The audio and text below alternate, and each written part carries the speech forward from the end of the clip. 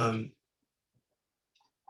I titled this Opening to the Unknown, and I specifically chose this topic because I wanted to research it for myself and share it because I've been thinking a lot about this.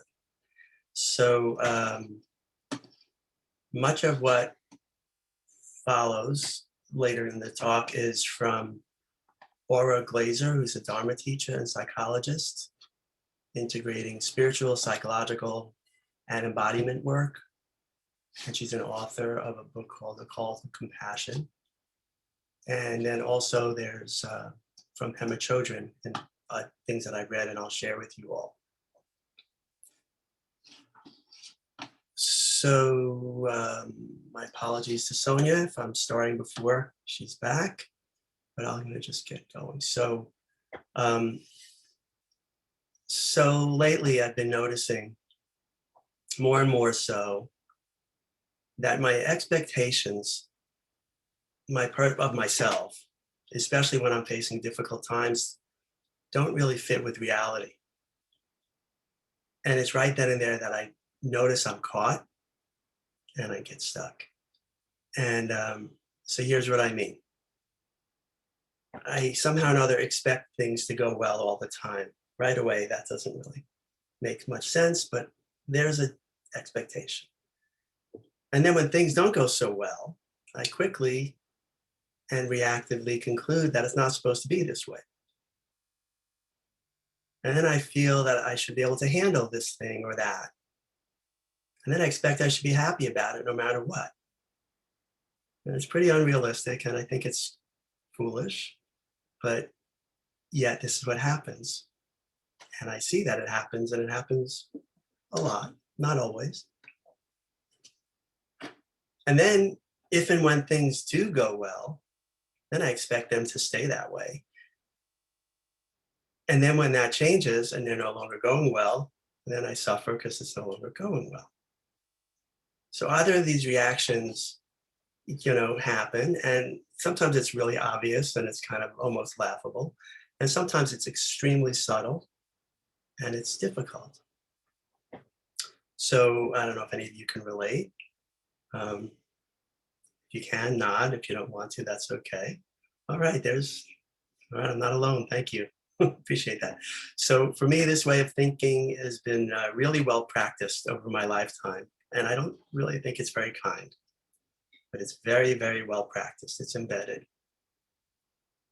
And I've come to see that to one degree or another, it's probably very much part of human nature to some extent. It perpetuates a cycle of mental suffering.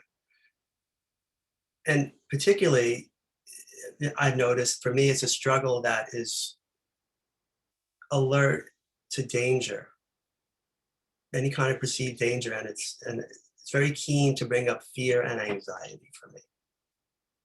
I was talking to somebody the other day, and I'm already doing an aside, but the aside is that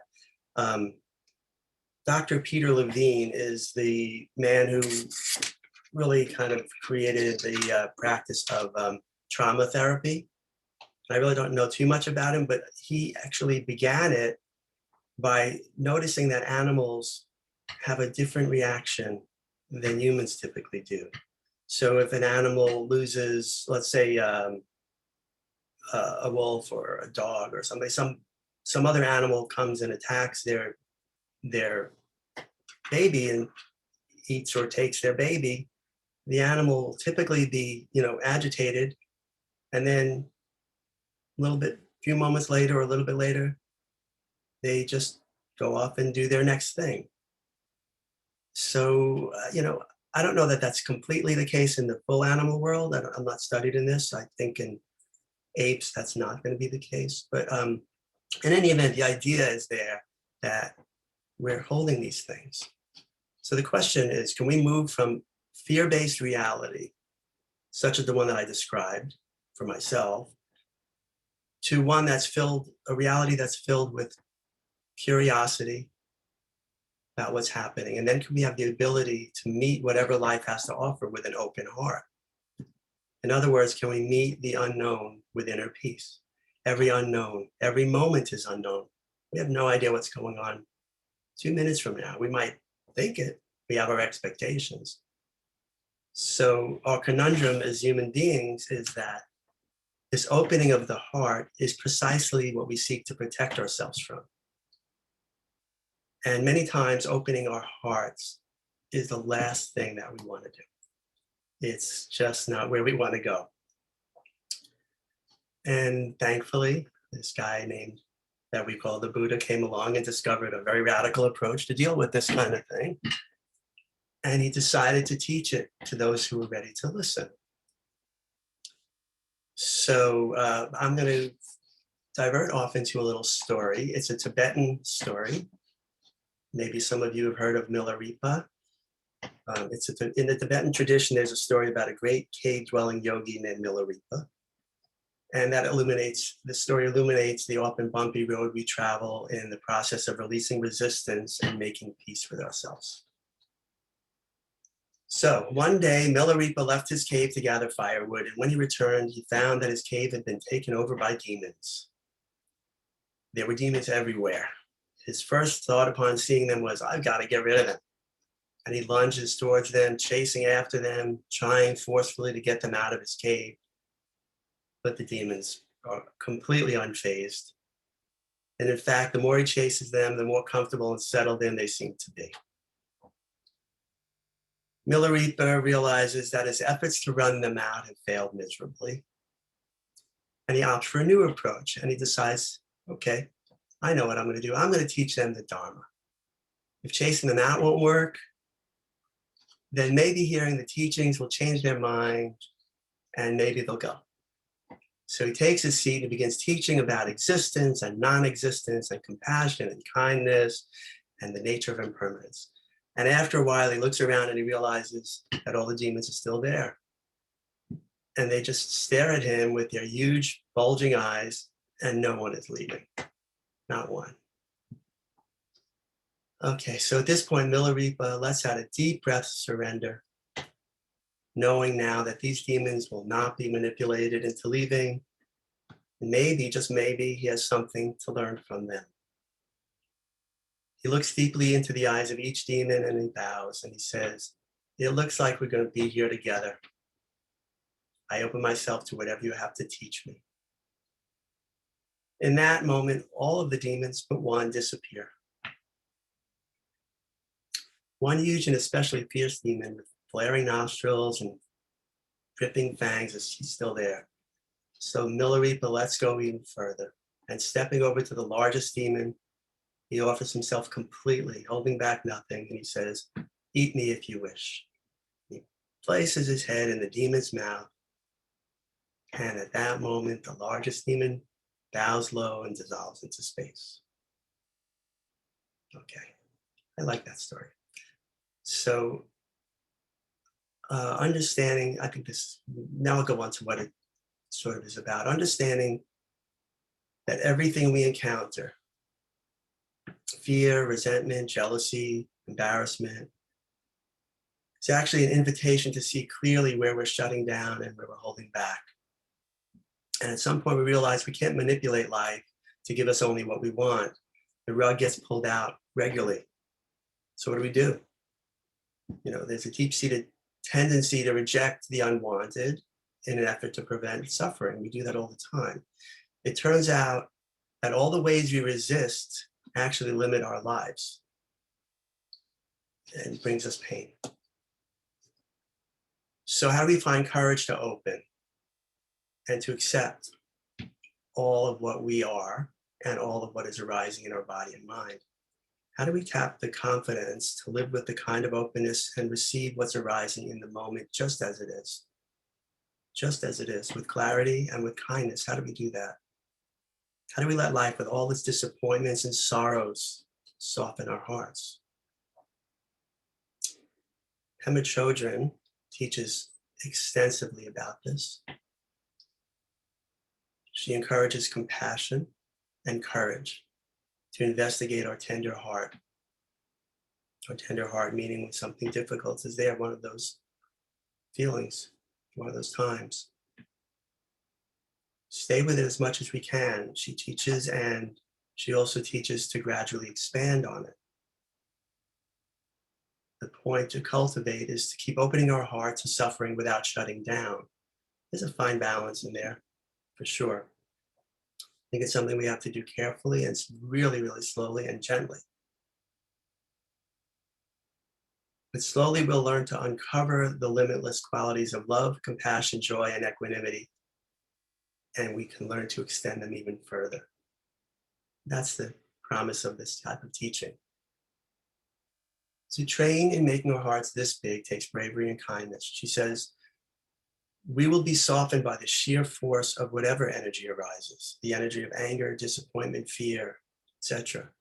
When it's not solidified in one direction or another, that very energy pierces our heart and it opens us up. This is the discovery of egolessness. And it's when all of our usual schemes to deal with things fall apart. She goes on to say, reaching our limit is like finding a doorway to sanity and an unconditional goodness of humanity rather than meeting an obstacle or a punishment. Wow, that's quite a big promise in a way, or it's quite a big idea. And we could take it for ourselves if we think this idea will work or not. Or we could experiment if we want. But what both of these teachers are saying, on top of the obvious, is that spirituality is not just for when things are going smoothly. And what they're saying is, in fact, working with all that has been pushed down is central to spiritual journey. And when those demons appear, it's not so easy to just relax and let them go. We usually try a number of different approaches to get these uninvited guests to depart. And the Milarepa story takes us on a journey that includes the well-worn strategies and maneuvers that we attempt and ultimately abandon in the process of genuinely opening ourselves to our lives. So here's a little more from Aura Glazer. Our patterns of avoidance and denial can take so many different guises that often we don't really see them until our awareness begins to deepen. Often when a painful feeling arises, we short circuit that experience. We don't listen to it. We're afraid to touch it. We turn on the television, or we spend hours on the computer or do something else. So many ways of distracting ourselves that we don't feel the full impact of the pain. Instead of being accepted into consciousness, these feelings go underground and enter the cells of our body, and it doesn't go away, it goes in. These things we've long forgotten, our bodies remember in surprising and sometimes unsettling ways with impeccable accuracy. That's what she says there. Now again, this is not easy practice we're talking about. So I think if anybody's going to really look at things directly this way, again, I can't emphasize enough how gentle you need to be with it.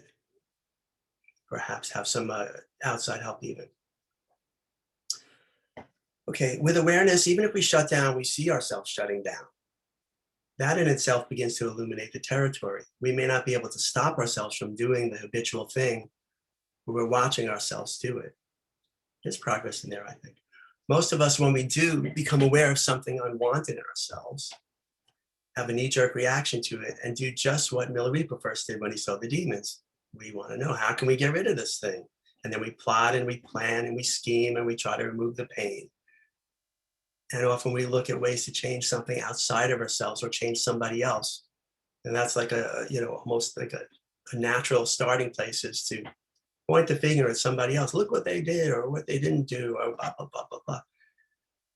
Trying to control what's happening is destined to fail in most of these cases. So perhaps next we try to rise above it like Milarepa did, trying to teach the Dharma, trying to show our wisdom and get people to come on board. Maybe they'll believe in our political views, or maybe they'll believe in this if we only explain them, because we can rise above it. But the journey begins with awareness, back to how this started. We experience the dawning recognition as we begin to see things we have been running from, hiding from, or trying to push away. That's the beginning. It's when Milarepa humbles himself to the reality that the demons are beyond his control that they begin to depart. And that's the part of the story where Milarepa relinquishes his solutions, stops trying to the strategies, and surrenders to the presence of the demons. Doesn't have to like them. It's not about liking or disliking. But he surrenders to their presence and whatever it is that they may have to teach him, which makes them valuable. And it becomes a shift from willfulness to willingness. And this capacity to see the situation in our lives as our path. That's what he's doing there. With this approach, we begin to see everything that arises as an opportunity to deepen our understanding and soften our heart. We view our life situations as inherently workable. We're willing to be with our experience, whatever it is, without judgment, without trying to fix it or get rid of it. And somehow this willingness, this gentle allowing, starts to calm things down. This takes a lot of bravery to do.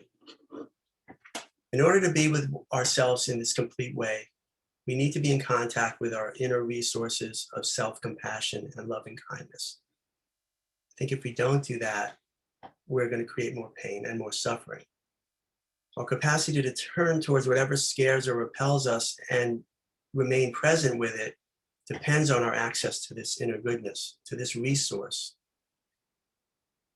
When we're able to connect with the ground of inner goodness, to loving kindness, it brings us a level of confidence and perhaps some ease, and then we can embrace our full humanity in its complexity.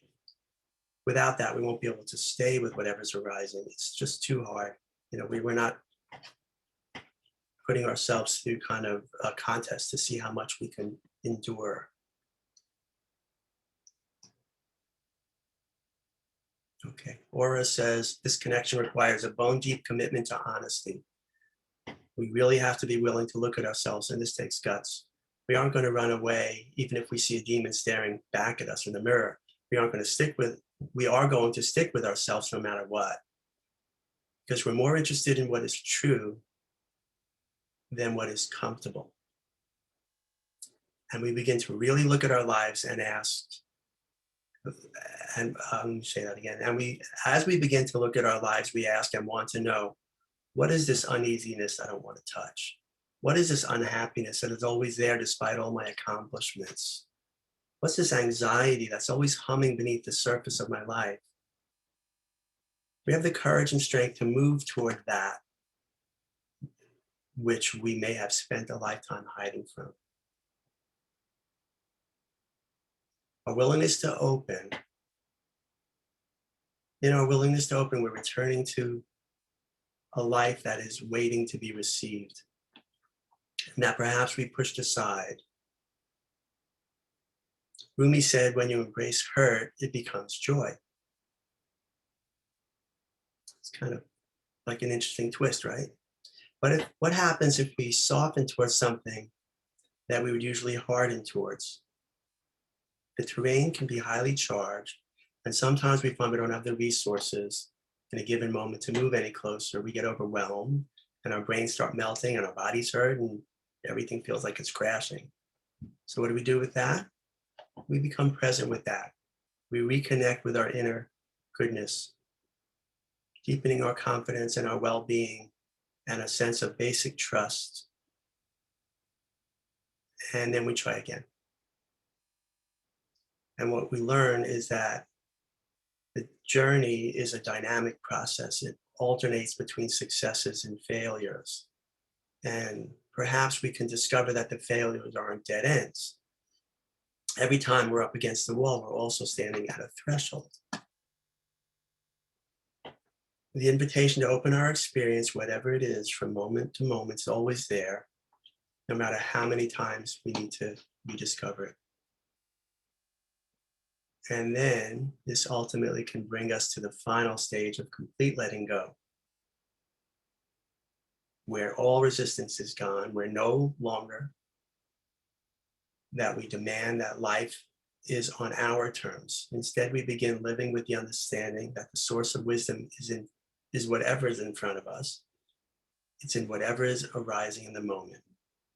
Wisdom is not somewhere else. It's not someone else. It's right here in our heart, the bottomless heart. So in order to really work this process, which can be a lifelong process, it requires a deep, sustainable practice, and it needs to be understood by each and every one of us. But it doesn't mean that we have to do this alone. There are skilled teachers and there are wonderful monks that we meet regularly from MMI. There are therapists. There's all kinds of ways to get help. So for me, this is a challenging practice, a challenging thing to do.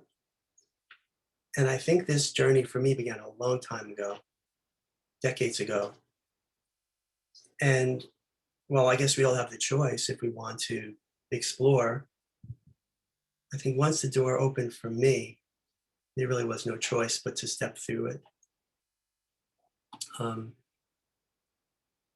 And here we are. So I'm going to just share a few things from Pema Chodron and just a couple of just practical tools to help through when you're looking at yourself in this way. So Pema Chodron talks about 4 qualities to cultivate, and they're qualities of acceptance of ourselves as we are in a simple, direct relationship with ourselves. She says steadfastness in body and mind. Have steadfastness in body and mind. Clear seeing with less self-deception and being honestly, having honesty with ourselves. Experiencing our emotional distress, learning to abide with the emotional distress, dropping the stories we tell ourselves and experience the emotion. Give yourself breaks from it when you do. Don't do this just head on. But leaving the emotion as it is so you can understand what it is. Opening the fearful heart to the restless energy. And then the 4th one is attention to the present moment. Be fully present, moment by moment, in mind and body, as often as you can. This quality of attention is inherent in our ability to love. So bring in some tools for this is to practice loving kindness and meditation. That's the cornerstone of it. Be present with what's happening. Loving kindness and meditation will help you to do that. Stay in the middle between indulging, repressing whatever arises without judgment and letting thoughts dissolve, and going back to openness of the very moment. That's what we do in meditation. We're watching what arises and what departs with as little judgment as possible, and we get to see what it is. We get to see it truthfully when we're not judging and adding all the layers and stories. Up come all these thoughts, but rather than squash them or obsess with them, acknowledge them. And then when you can, let them go. And after a while, that's how we can relate to hope and fear in our daily lives. It doesn't just stay on the cushion when we're meditating. Curiosity in this way involves being gentle, precise, and open. And we can learn to use our difficulties as teaching experiences. And it might be the teaching of just what we need to work with and investigate and learn from. So one last thing about this is this takes a bit of faith or a leap of faith to some extent. And since I first became introduced to meditation and the Buddhist teachings, I've had renewed hope, and I've come to believe that meeting life head on this way is the meeting it with a non-fear based way can lead to freedom from our own demons. And the teachings tell us it can be done with patience, compassion, wisdom, gentle determination, mindfulness. With mindfulness, we can keep looking with open eyes at the changing experience of life for what it is. And we can open our hearts. But I do have a question about the word faith. So I'm going to use faith in the way Sharon Salzberg defines it. And what Sharon Salzberg says, in Buddhism, faith is a verb. It's the offering of one's heart.